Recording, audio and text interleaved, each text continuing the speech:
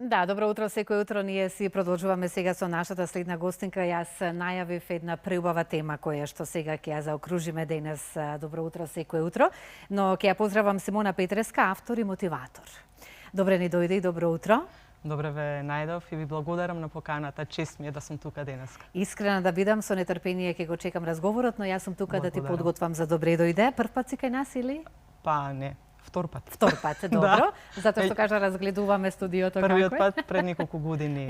Добро е, долг период поминало. Со што може да послужиме, со чај, со кафе? Ве молам едно кафе. Кафе, секако да. Нема потреба од молење никако, јас сум тука токму од задоволство ќе ми биде. Сузе, ќе зборуваме за тоа колку модерниот начин на живот не оддалечува од Божиот пат. Да, многу прекрасна, инспиративна тема, таква е и нашата гостинка. Да. И верувам дека ова малку време кое го имаме на располагање мак ќе ни биде доволно за да начнеме нешто и да најавиме второ продолжение на разговорот, бидејќи со едно нема да завршиме сигурно. Има премногу што да се каже. Да, добре ни дојде Симона пред се. Нема да ти персирам, ние сме вака од медиумите се знаеме и од социјалните медиуми каде Симона е многу присутна, многу слушана, многу често пати се појавува со незините прекрасни разговори, понекогаш се тоа разговори со самата себе, но понекогаш во тие разговори навистина има голема длабочина, па се надоврзуваат и многу други луѓе кои што те следат. Од кога и од каде инспирацијата да отвараш едни теми кои што ја допираат верата, го допираат на најисконското во нас? Секој човек трага по промена кога ќе почувствува дека нешто не му е убаво во животот и кога се случуваат некои предвидени, не толку убави ситуации, така и кај мене. Имаше период во мојот живот кога ми беше тешко, кога не можев да се пронедам себе си, кога мислев дека постојам само да ги задоволам децата, родителите и се изгубив јас во својот живот. Почнав да читам теми од модерна психологија. Ми помогнаа до некаде, но секогаш и додека читав нешто ми недостасуваше. Сето тоа беше многу убаво на зборови. Меѓутоа имаше некои работи колку и да ги читам, не ми беше јасно. Се обидував да применувам и секако во тој период некако се издигнав на некој повисоко скалило на среќа. Но тој недостаток во мене, не знаев што е, бидејќи чувствував празнина во мојата душа. И случајно доаѓам во допир со една книга во која што се пишуваше за Господ Бог и во мене се појави таков восхит и таква радост. Тоа не е емоција, тоа е состојба на душата која што не може да се спореди со ништо друго. Треба само да се доживее. Читам неколку страни од таа книга и чувствувам таква радост, ми доаѓа и солзи на очи. Ми требаше некој време да се стабилизирам и да продолжам со читање. Потоа во мојата домашна библиотека сакав да видам какви книги имам, бидејќи знам дека имам книги од православна психологија. Најдов некои книги, почнав да ги читам и викам тоа е тоа. Тоа е тоа што ми недостасуваше Господ Бог во мојата душа. Почнав да гледам видеа од монах Арсенија, тоа е монах во манастир Рибница во Србија. Често ми се појавуваше на YouTube. Викам, па и сигурно без причина не се појавува. Да, значи, кога ќе отворам јас на YouTube, монах Арсенија некако присутен. И викам, дај да видам што збори монахот. Како што почна да збори, тоа е таа состојба на восхит и на поврзување. И реков, ова е мојата вистина. Зборуваше за литургија, зборуваше за постење, до тогаш не одев ниту на литургија, ниту посебиќе не знаев зашто се пости, не знаев ништо за нашата православна вера. Тоа значи дека од малечка никој не те вовел во тој свет? Некако малечка одев, често имаме и домашна слава, мајка ми ме носеше во црква, од мала одев во црква и го чувствував присуството на Божјата благодат во мене. Меѓутоа, во текот на животот, во ние тинеџерски денови, кога се излегува, кога големо влијание има душата, некако средината некако се изгубив на својот пат. но еве сега сум своја на своето повторно. Прекрасно, на Убаво, вистина. да. Слушам и дека е готово ова прекрасно македонско алфа кафе. Срце подготвено, на здравје нека ти е, Симона. И јас сега ќе си се повлечам и вие само продолжете со овој преубав разговор. Да се биде поблиску до Бога е голема привилегија, што ти ја живееш, а многумина може би ја почувствувале, ама не во целост. Што е она што секој еден свесен, па и полнолетен, би рекла, бидејќи во годините пред полнолетството многу малку имаме време и можност да ги дознаеме некои одговори по кои трага секој еден човек, кој што оди подалеку од она што ни гледаат очите. Лесно ли е да се изоди овој пат и кои се знаците кои што треба да ги следиме? Па овој пат за да се почувствува Божјата благодат, треба ние првин да трагаме по Божјата благодат. Господ не се појавува секому, меѓутоа се појавува секому како таа состојба, таа божествена радост во душата. Треба да се трага, треба да се бара и потоа Господ се населува во нашето срце. Кога почнав да чекорам по овој пат, со таа воскит, со таа присуство на Божјата благодат, јас го сакав целиот свет. Јас ги сакав растенијата, јас ги сакав дека и во себе прости на секаде што си чувала некој гнев, некоја лутина. Ја чувствував толку голема радост, идав на литургија, на почетокот не знаев зошто, но после секоја литургија кога излегував, тоа беше некоја неописива состојба на радост. Како терапија да излегуваш. Многу повеќе од тоа. Потоа, бидејќи дознав дека треба да имам духовен отец, дека е препорачливо, имам духовен отец кој што ме води низ целиот мој духовен пат, така дознав за исповета како света тајна, за покајанието, за причестата.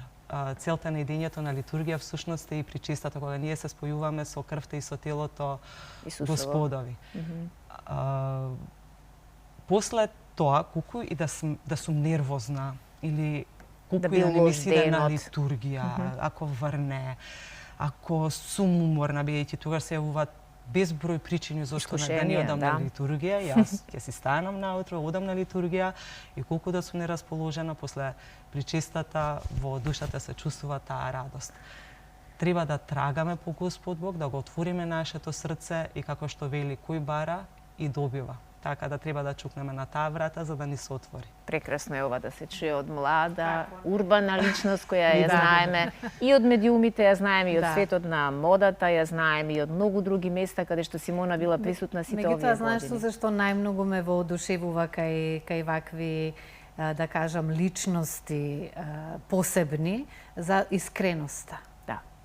Тоа најмногу ме допира кај луѓето, затоа што јас се препознавам, сум таков човек. Така е. Ви благодарам. Секоја чест. Ви благодарам многу. Кога беше промовирана првата книга, каде што темата е модерната психологија, така нели?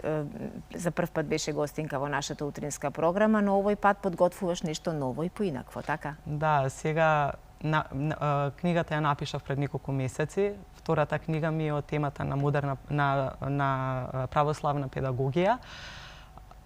Таа книга ја напишав за себе, од моје лично искуство, меѓутоа таму ставив и голем број на мудрости кажани од светите оци, од светите преданија.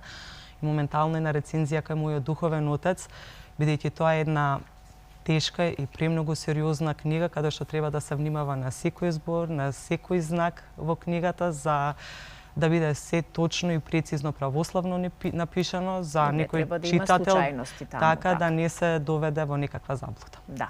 Ние со задоволство ќе присуствуваме на промоцијата на ова православна педагогија. Е нешто што на вистина ни е важно и потребно, особено најмладата генерација која што некако е затекната во едни немили состојби во светот на глобално ниво, тука кај нас, и ми се чини дека се она што од модерната технологија ни навлезе толку силно во секојдневието ги одвлекува од вистинските вредности. Во време на пости сме, во очи великденските случувања, најголемиот пост во годината е токму во моментов, но она што мене ми испровоцира и да бидеш ова утро тука со нас е и твојот пост од пред 5-6 дена, каде што ти на еден многу едноставен, човечен, достапен јазик се обраќаш до оние кои што те следат. Што правиме ние и каде всушност ги правиме несвесно најголемите грешки за време на пост? Па ние луѓето, мислам, вклучувајќи ми мене, правиме голем број на грешки, а главна причина за тоа е бидејќи сме многу далеко од Божиот пат, од Божијата вистина. Православието ние го прифаќаме на начин нам што ни одговара. Го прифаќам Бог вака како што ми одговара, тоа што ми одговара ќе го прифатам и ќе го практикувам, тоа што не ми одговара јас нема да го практикувам. Меѓутоа апостол Павле кажал дека Бог е исти вчера и денес и во иднина. Ние како православни христијани исто така имаме и можам да се изразам како една обврска према Господ Бог, меѓутоа и тоа не го правиме ние за Него, туку тоа го правиме за нас и нашето спасение. Една од тие добродетели се и постите. Прочитав дека ние православните во текот на годината имаме околу 250 дена пости, а 156 дена кога може да се јаде нели и нормална мрсна храна. Тоа е еден вид на жртва што ние треба да ја дадеме. Времето на постите се време кога ние се тежнееме кон смирение на нашата душа, кога ние треба да навлеземе длабоко во нашата душа. Периодот на постите е кога ние треба да тежнееме кон тоа смирение. Јас си бев испровоцирана за да го снимам тоа видео, бидејќи можам да видам дека во време на пости толку многу се преполни кафаните од утро до мрак, се јаде мрсно, се пие, се на некакви забави, журки, венти, па тоа сегде да се биде присутен.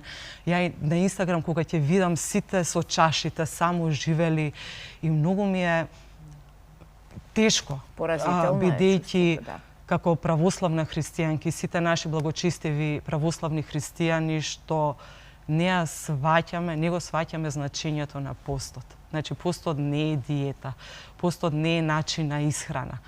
Постот е тоа духовно поврзување со Господ Бог, меѓутоа за спасение на нашата душа, бидејќи во времето на постот, тоа го кажувам мои лични искуства, постојат некои страсти во мене што не сум свесна, меѓутоа во времето на постот доаѓаат во поголем израз и така и ние на тие искушенија треба да им одолееме, бидејќи нашиот животен пат како православни христијани е да навлеземе длабоко во нашата душа, да ги спознаеме нашите гревови, да се покаеме, да се исповедаме и колку можеме со човечки сили да се трудиме да не ги повторуваме. Нашата човечка природа е падната природа. Не можеме да бидеме совршени, бидејќи совршен е само Господ Бог, но колку можеме да останеме со чисто срце и да се движиме по Божиот пат. Прекрасно. Не знам дали Слободанче успеа да забележиш дека таа цело време во едната рака ја држи незината бројаница. Да. Што представува за тебе бројаницата? Па бројаницата вака има, ја купив од манастирот Свети Јован Бигорски, има 33 чвора и тука 33 пати се повторува молитвата Господи, помилуј, Господи, помилуј, Господи, помилуј и така. Со прстите, значи се допира секој топче, треба да се направи еден целосен круг. Тоа е скратената верзија која се вели Господи Исусе Христе, Сине Божи, помилувај ме мене грешна. Да, и тоа е најголемата и најсилната молитва со која што ние кажуваме дека Исус Христос е нашиот Господ и пред него се кажуваме дека сме големи грешници и бараме милост од него за да ни спаси нашата душа. Меѓутоа и тоа мора нели со наша жилба. Господ не го спасува секој, туку тој што сака да биде спасен. Браво. Верувам дека силно го чувствуваш присуството на Бога во тебе, до тебе, со тебе, насекаде околу тебе и не ти е тешко воопшто да си кажеш во тешки моменти кога надоаѓаат, го сакам само она што Бог ми го посакува, така нели? Да, јас и како секој човек, мојот живот има убави моменти, не толку убави моменти. Никогаш без причина се чувствувам, навлегувам во некоја состојба на тага, очајание, меѓутоа таа состојба трае многу кратко, но и во тој момент не се откажувам од Божиот пат, бидејќи и тоа е така треба да биде, бидејќи тоа е пропишано и во светите преданија на светите оци. не се откажувам, постам, молитва, исповед, покаяние, идење на литургија Браво. и причеста.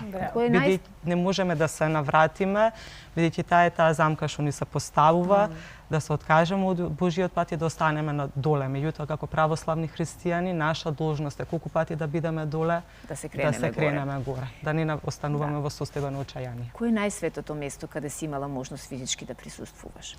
Па не сум била по манастири, меѓутоа одам на литургија во црквата Свети Димитрија во центар, Свети Јован во Капиштец, Свети Јован Бигорски, во Грција на литургија, кога бев на патување во Токио, бидејќи немаше Македонска православна црква, најдов Руска православна црква, одев и во Руската православна црква на литургија и постои голема разлика од нас македонците како верници, грците, русите, бидејќи ние македонците без разлика што сме родени на македонско православно тло, многу сме далеку од Божијата вистина. Ја негираме нашата православна вера, а во Руската православна црква дури деца од 7 години ја знаеа целата литургија напамет да ја пеат. И тоа беше толку воодушевувачки, фасцинантно да се слуша и да се гледа. Да. Кај нас, кога некој ќе почне да оди во црква, значи зборувам од лично искуство, луѓето се чудеа што е. Видија забегана. Забегала. Што и се случувало, што иде во црква, не е нормална. Никако е тоа се сваќа како ненормално, а сето ова што се случува, е нормално. Пиење, Да. дрогирање, Да, за жал. постојано излегување тие некои работи, пороци се сметаат, криминал се сметаат како како секојдневие. нормални, да. Некако и животниот пат, кога се движиме на овој православен пат, луѓе што биле во мојот живот, пријатели, другарки, Природно некако се се селектира. селектира, понекогаш се Тоа е чувствувам очекувано. осамена, меѓутоа мене ми е најважно да бидам чиста пред Господ Бог, да му угодам на Господ Бог, а не на луѓето. Секоја чест. Браво. Благодарам. Секоја ти чест Ви и благодарам. задоволство ми беше да те слушам, Симона. Сигурно и нашите гледачи, прекрасна гостинка, како една урбана преубава девојка може да се врати на вистинскиот пат, затоа што и самата си кажа, искрена си беше дека постојат кај сите нас периоди каде што не сме се чувствувале онака дека одиме по правиот Па пат. ние како православни христијани не можеме да очекуваме дека кога ќе навлеземе во православието, кога ќе навлегуваме, бидејќи Так. православието се учи цел живот додека сме живи, животот нас ни се претвори во радост и во песна И и се ќе Так. биде така неизмерна весно. љубов. Тоа значи да си го земеме нашиот крст што ни е даден од Господ Бог, да си го износиме, бидејќи Господ Бог на секој дава крст, онолку колку што можеме ние да издржиме. Браво, Само со Симона. верба во него ние ќе Благодарам уште Усвоена. еднаш и многу има за крај ќе завршам со реченицата, многу има кои што тврдат дека го познаваат Бог, но со своите дела се одрекуваат за жал од него. така.